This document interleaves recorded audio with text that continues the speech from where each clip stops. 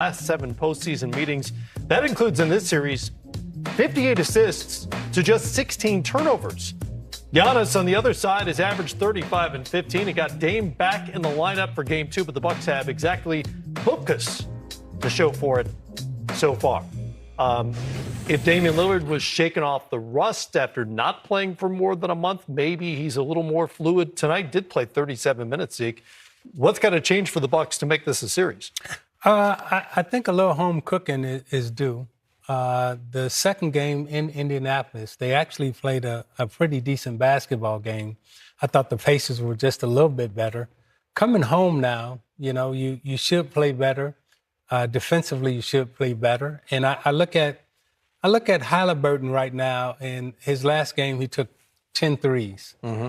I don't know if he'll get up 10 threes, in Milwaukee. I think Milwaukee will be a lot better at home defensively than they were on the road. Milwaukee will win Game 3. And the one thing about role players, they seem to perform better at home. We saw Bobby Portis play well in the previous game. Giannis is going to be dominant and consistent. But if they're going to actually win the series, you need a Dame Lillard that you traded for. Yeah. And while he's returning from injury, and it was great to see him play those minutes, it's got to be Dame time. And if they're going to advance in this series. And we saw him talk back and forth with Halliburton and Nembhard when he was in street clothes. Now he's in uniform. He got to go out there and he got to put in a lot more work than he did in the previous game if they're going to advance. I thought he looked fine, which was remarkable. Being out as long as he was and to play 37 minutes, the conditioning must have been there as well. Didn't have a great shooting night, but that happens sometimes. Mm-hmm. Who knows if that had anything to do with the injury? The fact that he's playing with that diagnosis is extraordinary. Yes, it is. I think Kuzma will give him a little bit more tonight also. Even though the other night he got 10 shots, he was 5 for 10. Yeah. In the game before that, I think he only got 2 or 3 shots. It was kind of a no-show in Game 1 and better in Game 2. I think they'll make a concerted effort to get him more involved, which I think will be helpful to Milwaukee. Also tonight, Lakers and Timberwolves Game 3, and you've probably seen this stat before, but it's worth showing either way because Luka Doncic is number 2 on the career playoff points per game list. He hit his average in Game 2, exactly 31 points. And the Lakers basically won in the first quarter when they outscored the Timberwolves by 19 points and then kind of held on for dear life. Neither team was great down the stretch. Remember, Minnesota had cut it to 9. Then they turned it over on 4 straight possessions. The Lakers looked gassed at the end. What are you looking for tonight in a split series as it moves to Minneapolis? Minnesota will be tough at home. And not only will they be tough at home, they'll be better defensively.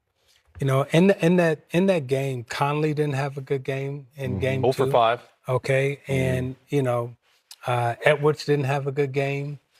Daniels was in foul trouble. Daniels was 3 for 11, I think. Yeah. So those are games that only happen to those kind of players maybe once or twice a year out of 82, right?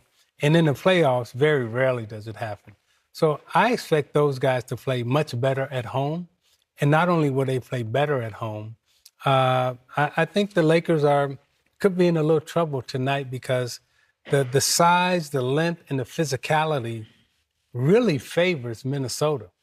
And when the Lakers try to play that way, I don't know if they could sustain it. And as you said, they were kind of gassed in the fourth quarter at the end, and JJ had to kind of get on them.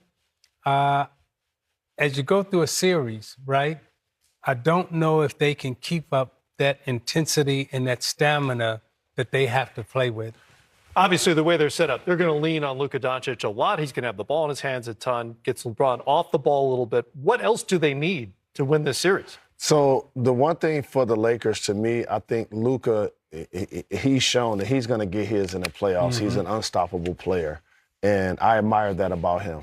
LeBron James is going to find ways to have signature games. But when you start this series and you look at the seedings, you feel like the Lakers should be the favorite. But when I see these fighters in the ring, I feel like Minnesota should actually win this series. And the reason why I feel like they should win this series is because up front, they have the athleticism, the size, and the physicality in multiple bodies that they can throw at the Lakers. Players like Julius Randle, Jaden McDaniels, Rudy Gobert, How about Naz Naz coming off Reid. the bench? Right. So those players, if you look at the dynamics of the Lakers front line, Jackson Hayes is their starting big, and LeBron is their starting big. But after that, they thin out a lot. There's no so size. for Minnesota, this is an opportunity for them to actually upset the Los Angeles Lakers. No size at all coming off that bench. It's a real issue for the Lakers. Jaylen Brown, 5 years ago, on April 25th, the Boston Celtics drafted Chuck Cooper, and the Washington Capitals picked Earl Lloyd. The next month, Nat Sweetwater Clifton signed with the New York Knicks. Today, All-Stars Steph Curry, Karl Anthony Towns, and Jaylen Brown are telling us more about these barrier-breaking pioneers. This year, we celebrate the 75th anniversary of the 3 black pioneers who broke the NBA's color barrier. Chuck Cooper, Earl Lloyd, and Nat Sweetwater Clifton. They each excelled as college athletes and as members of the world-famous Harlem Globetrotters. But when they entered the NBA in 1950, they cemented their legacy as historic figures in the game. Despite enduring difficulties and discrimination, these pioneers laid the groundwork for all who came after them. In 1950, the Boston Celtics hadn't yet won an NBA title, but they made history when they drafted Chuck Cooper, the first black player ever to be selected. Chuck Cooper being drafted, it was the ownership of the NBA saying that we can accept integration of the NBA. Cooper takes the pass and dropped in a perfect two-pointer.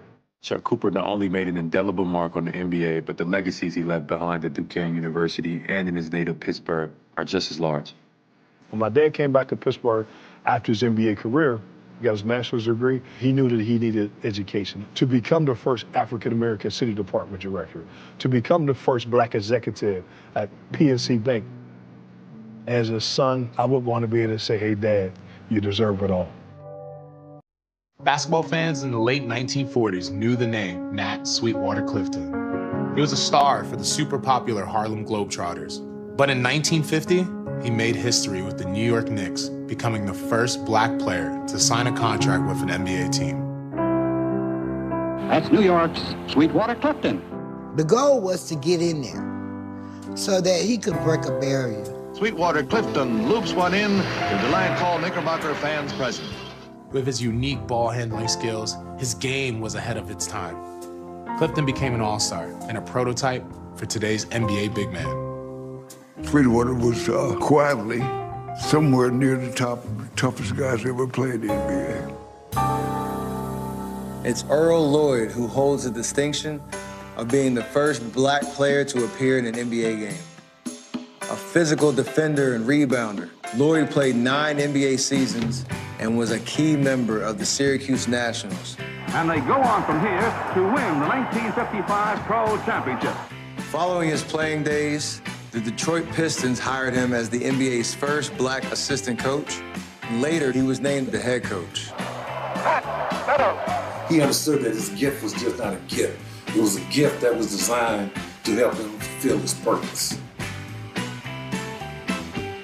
You know, it's easy in 2025, when we rarely even use the word integration anymore, to take this sort of thing for granted, but there had to be firsts. And in 1950, those were the guys. Absolutely. And I appreciate this celebration of the history of the game, because sometimes a lot of conversations are about what the previous players were not.